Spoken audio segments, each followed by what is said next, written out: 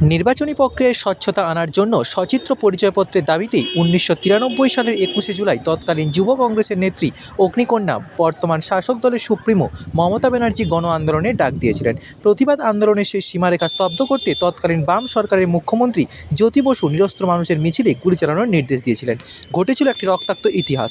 ১৩টি যুবকের প্রাণ পুলিশের গুলিতে লুটিয়ে পড়ে বৃষ্টি ভেজা রাজপথে রক্তস্নাত হয়ে উঠেছিল। আজ ৩২ বছর অতিক্রান্ত হলেও প্রতি বছর সেই অমর ২১শে জুলাই শহীদ স্মরণে বর্তমান রাজ্যের মুখ্যমন্ত্রী ধর্মতলার মোড়ে লক্ষ লক্ষ মানুষের সমাবেশে শহীদ পরিবারের লোকজন নিয়ে স্মৃতিচারণ করেন। ২১শে জুলাই মঞ্চে সারা বাংলার আইনজীবীদের বিশাল অংশ যাতে যোগ দিতে পারে, তৃণমূল কংগ্রেস লিগ্যাল সেলের বর্তমান চেয়ারম্যান চন্দ্রিমা ভট্টাচার্যের নেতৃত্বে ছিল সেই উদ্দেশ্য, তারই প্রস্তুতি সভা। Bureau report, Bangla news, Kolkata. যারা সহকর্মী তারা মারা গেছিলেন ভোটার আইডেন্টি কার্ডের জন্য, সারা ভারতবর্ষে যে সচিত্র পরিচয়পত্র, তো সেটা তো ২১শে জুলাইয়ের জন্যই। তাই লয়াররাও সেদিন যাবেন, একটা বড় আকারের সমাবেশে লয়ারদেরও একটা বড় আকার যাবে, সেটাই আমরা আজকে প্রস্তুতির জন্য মিটিংয়ে এসেছি। আমি ছাত্র ফ্রন্ট করতাম, অনেকে লোকালেই আমার সঙ্গে যারা পড়েছে তারা আজ লয়ার হয়েছে, তো তারা সবাই ছিল। এলে সকলের সঙ্গে দেখা হয়, ভালো লাগে, এটাই বলতে পারি। ২১শে জুলাই উপলক্ষে আজকের এই সভা চন্দ্রিমা ভট্টাচার্য ডেকেছেন। আমি ছিলাম, মনোকটক ছিল, অন্যান্য মেম্বাররা এবং প্রতিনিধিরা ছিলেন, আইনজীবীরা ছিলেন। আমরা ২১শে জুলাই, যেহেতু ২৬শে নির্বাচন, তার আগে ২১শে জুলাই আমরা আইনজীবীরা কালো কোট পরে একজন, বাকিরা সবাই হাজির হবেন এবং মমতাজির এই আন্দোলনকে সমর্থন করবেন এবং পাশে দাঁড়াবেন। ২১শে জুলাই, অমর ২১শে জুলাই।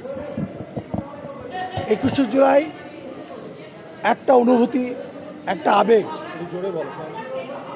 এই ২১শে জুলাই ১৯৯৩ সালের তৎকালীন যুবনেত্রী মমতা ব্যানার্জি সমগ্র ভারতবর্ষের নির্বাচনী স্বচ্ছতা আনবার জন্যে যে প্রক্রিয়া শুরু করেছিলেন, নো আইডেন্টিটি নো ভোট, ভোটারদের জন্য, তিনি সেই সময় ১৯৯৩ সালের ২১শে জুলাই যে প্রতিবাদী আন্দোলন ডেকেছিলেন, পশ্চিমবঙ্গের অসংখ্য মানুষ সেদিন তার ডাকে সামিল হয়েছিল। যে প্রতিরোধের জন্য তিনি নিরস্ত্রভাবে আইন অমান্য করবার চেষ্টা করেছিলেন, তৎকালীন রাজ্য সরকার সিপিএমের জ্যোতি বসু সরকার রক্তপাত ঘটিয়েছিল, গুলি চালনার মধ্য দিয়ে রাজপথকে লুটিয়ে দিয়েছিল ১৩ জন সাধারণ যুবকর্মীদেরকে। সেই মমতা ব্যানার্জি সেই যে আন্দোলন করছিল, তার ফলশ্রুতিতে আজ ৩২ বছর ধরে তিনি সেই শহীদের রক্ত হবে না ব্যর্থ, তাই তিনি তর্পণ করে প্রতি বছর ২১শে জুলাইকে শহীদ, অমর শহীদ হিসাবে পালন করেন। আজকে আমরা লিগ্যাল সেলের তরফ থেকে আজকে আমাদের এই আহ্বান, যে প্রস্তুতি সভা, লিগ্যাল সেলের যে চেয়ারপারসন চন্দ্রিমা ভট্টাচার্যের নেতৃত্বে আমরা আগামী ২১শে জুলাই পায়ে পায়ে কোট পরে সমস্ত আইনজীবী, পশ্চিমবঙ্গের সমস্ত আইনজীবীরা মিছিলে সামিল হব এই অঙ্গীকার এবং শহীদ দিবস স্মরণে। উনি আমাদের চেয়ারম্যান, উনি রাজ্য আইনমন্ত্রী, তিনি ছিলেন বৈশ্বনাথ চ্যাটার্জি, এবং আমাদের রাজ্য তৃণমূল কংগ্রেসের শীর্ষ নেতৃত্ব ছিলেন। আমাদের একটাই শপথ, একটাই অঙ্গীকার, ২১শে জুলাই শহীদ দিবসে আমরা আইনজীবীরা একসঙ্গে সামিল হব ব্রিগেডের মাঠে।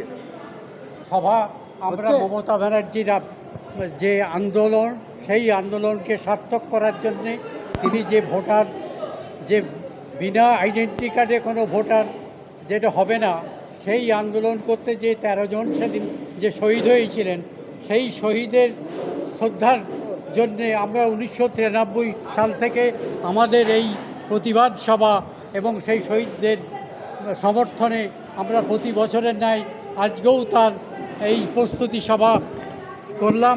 সেখানে চন্দ্রিমা ভট্টাচার্য আমাদের চেয়ারম্যান এবং মলাই ঘটক আমাদের আইনমন্ত্রী উপস্থিত ছিলেন, এছাড়াও আমাদের অন্যান্য নেতৃবৃন্দ উপস্থিত ছিলেন।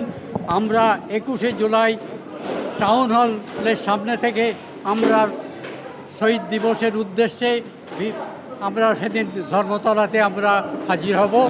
এই সকলকে নিয়ে দল মত নির্বিশেষে আমরা সকলকেই সেখানে আবহাওয়া এখানে মিছিল করে আমরা যাব। সমস্ত আইনজীবী প্রত্যেকবারই আমরা সেই মিছিল করে যাই, আমরা সকলে মিলিত হয়ে সকলে এক জায়গায় সকালে মিলিত হয়ে সেখানে ধর্মতলার উদ্দেশ্যে আমরা সেখানে গিয়ে আমরা সবাই সামিল হব।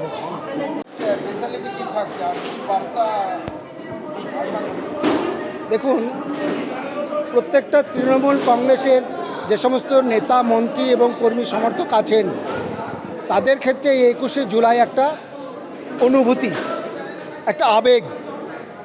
তো সেই জায়গায় দাঁড়িয়ে আমরা কলকাতা হাইকোর্ট লিগ্যাল সেল নতুন চেয়ারপারসন যিনি নিউলি অ্যাপয়েন্টেড হয়েছেন চন্দ্রিমা ভট্টাচার্য, তো সম্মানীয় চন্দ্রিমা ভট্টাচার্য আজকের দিনটি নির্ধারিত করেছিলেন এই 21শে জুলাইকে উপলক্ষ করে একটা প্রস্তুতি সভা।